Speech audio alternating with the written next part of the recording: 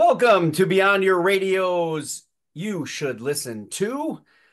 I'm your host and creator Beyond Your Radio, Mark Kulagowski, and this is our attempt to get back to that connection why we do this show, right? We do this show because we want you to find new music. Does that mean it's brand new? Well, today there's one brand new I know of, but that doesn't mean that. It can mean it's old because it's new to you. So, hey, it's hard to listen to everything, right? Because I've certainly tried over the past years. It never gets accomplished, but we're doing all the heavy lifting for you, so to speak. Tonight we'll showcase some albums. Each of the panelists tonight has brought one to, basically that you should listen to. The panelists tonight bring it one album, so let's find out what they've got on the panel tonight. Well, it's the ambassador of Hawaii, the Grateful Dude, and the hard rock metal aficionado of the channel, Mr. Jeff Young, joining us from his lovely abode in Florida. I'm in a basement trying this new camera out. We'll see how crazy this gets. How's everyone tonight? I'm Good, good, well. good, good. I don't even know where Wonderful. to look, so I'm going to be looking everywhere. Your guys are over there. The camera's there. Notes are there. This will be rough. So, let's start with the who wants to go? Who wants to go first? I guess I should Let ask. him go first. Let him go first. All right, Mr. Young, what have thou brought with you that we should listen to? So this is a newer album, double album that just came out, and I kind of just stumbled upon it. I haven't listened to this band since the mid '90s when they came out with their first album, Polythene. It's the band Feeder, Feeder, Feeder. So they're a bit of a Brit pop rock band, I guess you could say. It's lasted over the years. This is the 12th album. It debuted at number 8. Um, in Europe, and I don't think you're ever going to hear about them here. They'll probably still tour somehow, but I mean, I think if you are, it's kind of I like to think of it as soft hard rock, just because of the way the vocals are and some of the ambient guitars in the background. I think if you like Stereophonic or Oasis or Razorlight, you probably would like at least some of these songs from this band. Um, and so I just listened to it really briefly because it's a double album. And in some cases, like some of the reviews say, well, if you like Feeder, it's just another Feeder album. So you'll like it, just longer. But some of the stuff I've read from fans say they think it's their best work. Mm. But it's nothing experimental as far as like a double album might be. We might try a couple different things. It's got enough tracks. I'd say it's got at least, I don't know, at least 18 tracks on it, maybe.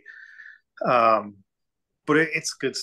It's good. I mean, like I said, like I'm not super familiar. I'm not like a steadfast fan of Feeder, but I kind of just was like, hey, I listened to their debut album in the '90s. I haven't really thought about them since, And but they're still going, and it's a pretty good listen. It's kind of like no frills, solid rock composition. Um, if you do a quick listen, you're probably going to think a lot of the songs are the same. But if you're willing to listen to the album, I think all the songs can grow on you easily. So, I mean, remember when they first came out, I remember like the first album, it was kind of like, oh, this is kind of like a British version of the Smashing Pumpkins, or there was a little more variety to the vocals, not so much anymore. But I don't know. I just think that if you like those types of bands that I was mentioning, it's worth a listen to try these out. It's don't even have to go to the store and buy it. You can just check it out on YouTube. Yeah, the grunge, they had a grungier start to ish, but their Europe thing is bigger than the States. I mean, I have every record besides maybe one, maybe over the last couple of years back. This one was, I think it released in April. I still haven't heard it, so I'm glad you brought it up. It reminds me to go back to it. I've always liked their albums. They're consistent. I sometimes a little heavier, sometimes a little lighter. It's supposed to be a follow up. Like this double album is 2 and 3 after part 1 that came out in 2022, which is Torpedo, which I don't know if anyone knew there was ever going to be a part 2 and 3, but there is. Okay, well that doesn't make sense to me, but yeah, then again, when these people do this, I never understand the arc sometimes unless you read about it, right? I wish That's the one thing we should do a show on concept albums, and if you could get the concept of the album without actually getting somebody to tell you what the concept is. Sometimes it's rough to come up with what the concept actually is. So it's already peaked at number two for UK independent albums, eight for UK albums, and five for Scottish albums. Okay. So it's been out a few months. Whatever that means, take it for what it's worth. I like Feeder. It's you're not going to go wrong. I don't know if you're going to they I don't think they ever step out of their comfort Got zone. guitar and drums. You like it? Give it a shot. There you go. Guitar and drums. How could you go wrong? What's the Grateful Dude got? Hey, okay. I bring some back. It's 4 years old. It's my favorite of all his albums. I am talking about Letters to You by Bruce. Bruce Springsteen, that is. If you like, yep, if you like Willie Nelson, if you're in the country at all, this is great. This is not his typical stuff. This is country. Um, this is him doing country at its best. I think this album is fabulous. I've listened to this album at least 100 times since it's been released. The whole album. I like it all. He does a great version of Last Man Standing, House of Guitars, Ghosts. Uh, um, needs a shower, a shooter. Oh, shoot.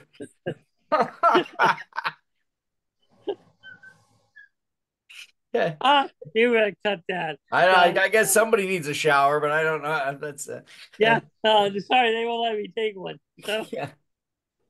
Jeff needs a shower, but it'll be a while. Oh yeah, shit. That's fun. his first Saturday doesn't come to the next month or so. So anyway, Are we on? yeah. So this is a very good album. As I said, if you like Elvis Costello and Elvis Presley, you're gonna like this guy. He's Bruce, but it's Bruce with a twang. So I think you guys should check that out. Mark, So it's 2020. 2020, October 20th, 2020. Was that the one that was released during where it didn't come out during it was supposed to come out during the It pandemic? came out in October, but it didn't come out stores until CD didn't come out until September of the next year. Okay.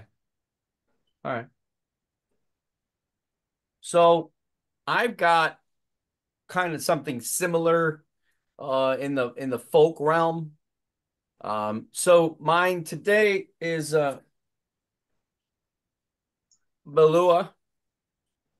This is John Paul White, who used to be in a band called Civil War. It was with him and can't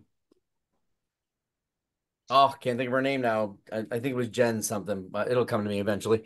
It was the Civil Wars. Joy Williams, that's her name, Joy Williams. So obviously that didn't last, but I didn't know. I knew the Civil Wars record. I didn't know that he had a solo career prior to this, and this was released in 2016, and it's it's folk, just like he would do, only the harmonies are himself, and it's more harmonic to the actual instruments being added to it, so it's not just acoustic guitar. This is a darker element of a ride more so. There's just a beauty in its its lyrics. You're definitely listening to the lyrics, but he's allowed to rock it up a bit, play it harder where the Civil Wars was always more about the harmony-ish kind of setting on folk. Not that that was anything awful either. This he hasn't done anything like this that's been as good as far as I'm concerned. It's catchy. and is well put together. This is start to finish. There's not a song on here that won't get your attention. And there's a feature in here that one of the songs has the Secret Sisters are on there. Now, if you know who they are, Nope. they're on the record too. But he's he's quite the player, and he can do some cool things with an acoustic guitar with his voice.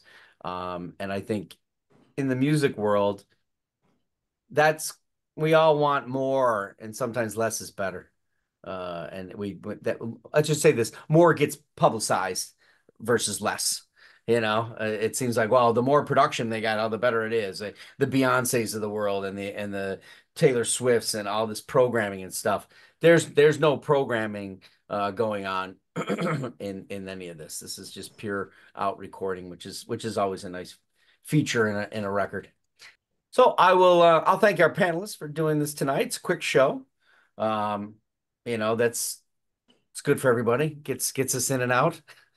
We're on the web at beyondyourradio.com, Facebook, Twitter, Instagram, YouTube, of course, articles, videos, and podcasts, all about bands, artists, albums, anything we get our hands on. Join us on Thursday. It's a tough one. I'm telling you right now, I thought it was going to be easy. It was rough. This is panelists' favorite show, and it's going to be the part 3 of our debut album series, and this is going to be solo albums by mail, our favorite solo debut albums by mail.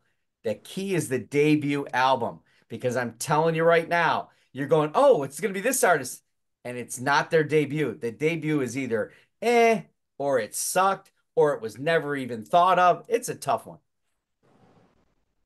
So go Beyond Your Radio with us, a real music appreciation channel. Till tomorrow, happy listening.